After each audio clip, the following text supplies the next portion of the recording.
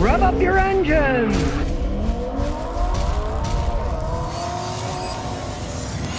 Guy's neighbor has a Toyota Sequoia, 275,000 miles on it. Takes it to the Toyota dealer. The service writer says, we need to flush your transmission and change it. So they did. And 4 days later, they're driving it, and it slips and it won't go anywhere. The transmission went out. And the Toyota dealer said, well, you need a transmission now. And they're going to have to spend thousands of dollars. They had to cancel their vacation because they had it flushed with 275,000 miles. This is why I tell people, do not flush your automatic transmission. It can destroy them. Now, yeah, it's an old transmission, but I've seen Sequoias with 400,000 miles that were still going, that didn't have their transmissions flushed. You do not want to flush. And the idea that the dealer told them to flush it, because of course they're selling them a process that they make profit, they make money at. And instead of saying, oh, we're sorry, or warning them, it might slip when you're done. Oh yeah, you need this. And then, 4 days later, well, now you need a new transmission. It's going to cost you thousands of dollars. So listen to me. You got a real high mileage vehicle. Do not flush. I don't advise flushing any automatic transmission. Now, if you got an absolute pile of junk Chrysler that won't even move,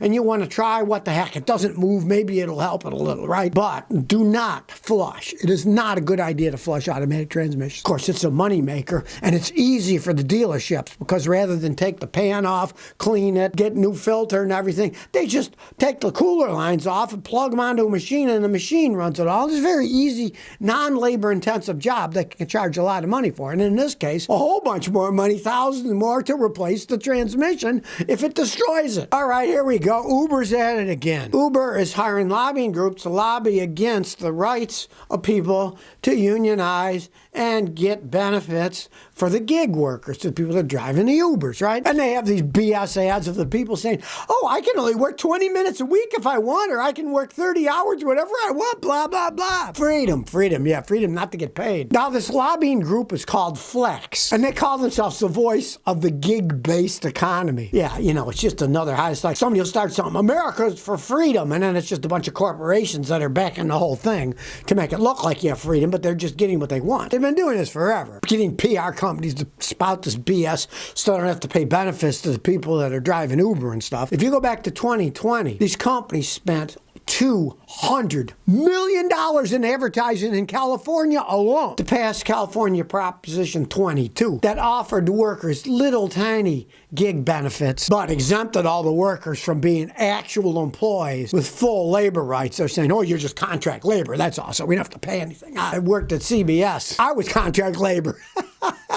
And they tried to contract almost everything out, but they got caught by the federal government, because if you're more than a certain amount of employees, you have to have a certain percentage of full-time employees, and they tried to turn them all into, but the government said, no, you can't. Now, I was, but I didn't care. I don't like being bossed around companies anyway. I just made videos, and then they paid me every month for the videos that I made. But they tried to do it with a lot of their workers, and they couldn't get away with it because it was a big company that had a certain amount of employees, and they can't just have them all as contract laborers. While Uber and Lyft, they're getting away with that so far. And believe me, look, California alone, they spent $200 million for one law. That's how much money these people have. And they don't have to go by the labor laws of this country because they're making a whole bunch of money having other people drive their own cars with their own insurance, and they're skimming the cream off the top. So here they go again. They got their, misinformation coming out by this thing called Flex that tells you what a great idea it is not to give benefits to these people because they can make more profit. But it won't look that way. And their ads will be, well, our workers have freedom. They're free. Be sort of like maybe in a Roman day,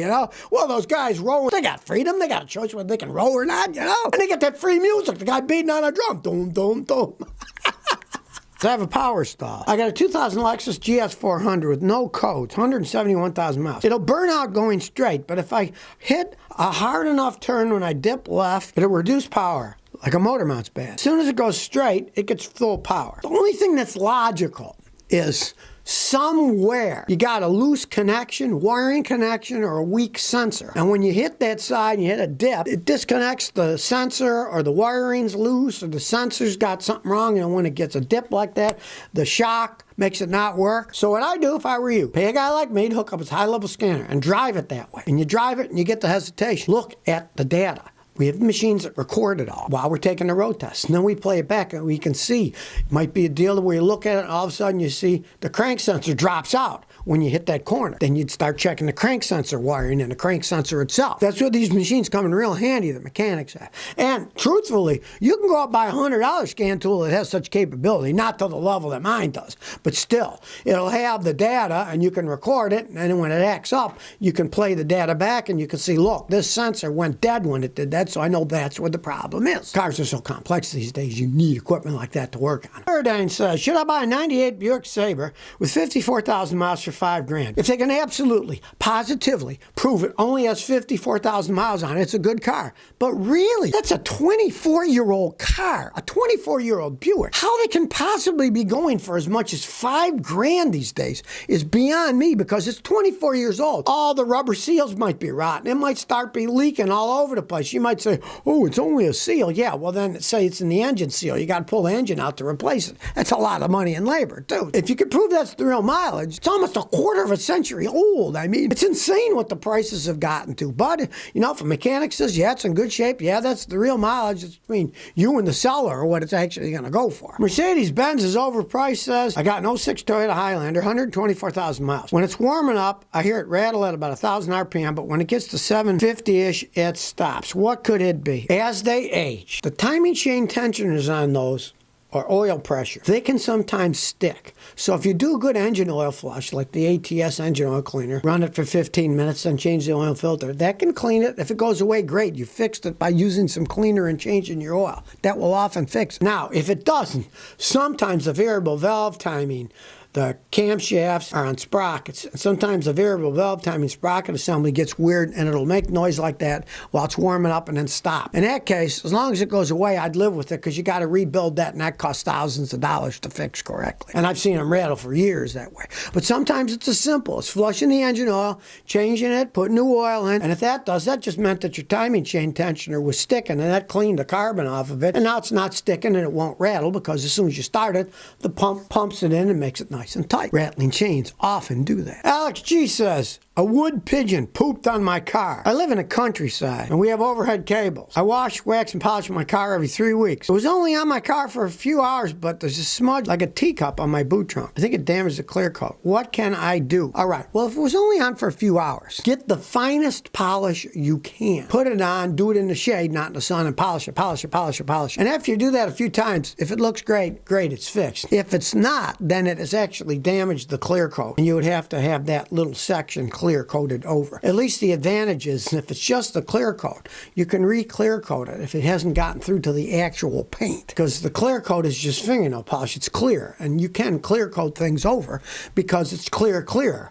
It's not like you've got a color here and it doesn't match perfectly. Clear coat has no color at all, so you could try polishing it first. If that doesn't work, a little clear coat, try to re-clear coat the area. Of course, if you're going to clear coat it, you got to do a certain area of it, and you got to get all the wax and everything off, clean it off with like alcohol, get it real clean, and do it inside where there's no dust and everything coming, and you could re-clear coat it yourself, or pay a guy who's a painter, and they can do little sections of clear coat pretty fast. They know what they're doing. Tomcat says, can you do a video on CVT transmission reliability and how to avoid CVTs nowadays? All right, well, I've got a bunch of videos on CVTs. Just put Scotty, CVT transmission, you can watch a bunch of them. You're not going to be able to avoid them much in the future, because almost everybody is going to them. But you can avoid CVT problems. And you can do that by buying either a Toyota or a Honda. They both make their own CVT transmissions, and they both do an excellent job. And all the later model ones, the good ones, have a launch gear, an actual gear to take off for first gear, and then it slips to the CVT transmission once the launch gear is done launching the vehicle. It's a very good design. They're very well built. They get phenomenal gas mileage, and they have pretty good pickup too. That's how you avoid problems. Get a Toyota or a Honda CVT. They make their own. They know what they're doing. And change the fluid in them every 30, 40,000 miles. You can learn how to drain them watching my videos, and then pump the same amount back in. But you can learn how to change it yourself and maintain them. But you're not going to be able to escape them if you buy a modern car, because they're all going that way. Samuel says, I have acceleration problem with my 1988 Ford Bronco 2. I put a fuel pressure gauge on it, and it read 29 to 30. Now, I took it for a spin, and when it wouldn't go over 50 miles an hour, the pressure gauge was reading 0. Change the fuel filter. Could be a clogged filter. But if that pressure is reading 0, odds are your pump's going out. Could be the wiring to the pump. Now, it's an 88 Bronco. It's old as the hills. What a lot of guys will do is they'll just run a wire from the battery to the fuel pump. Give it power the whole time. then drive it. And if it stops, you know it's in the wiring. And since it's such an old vehicle, you could just put a toggle switch on, so it'd be like an airplane. You start the car, first you flip the switch that makes the pump, and then start the car and drive it. When you're done, turn the switch off. Rather than rewire the whole car, maybe it's a computer problem, not sending power to the pump. Could be a lot of things. You would start there. If you got zero pressure, either the pump itself is burning out, or more likely, it's not getting any power. Because if it's burning out, it's not going to work at all. And you see, sometimes it works, sometimes it doesn't. That's more of an electrical problem. So if you never want to miss another one of my new car repair videos, remember to ring that bell.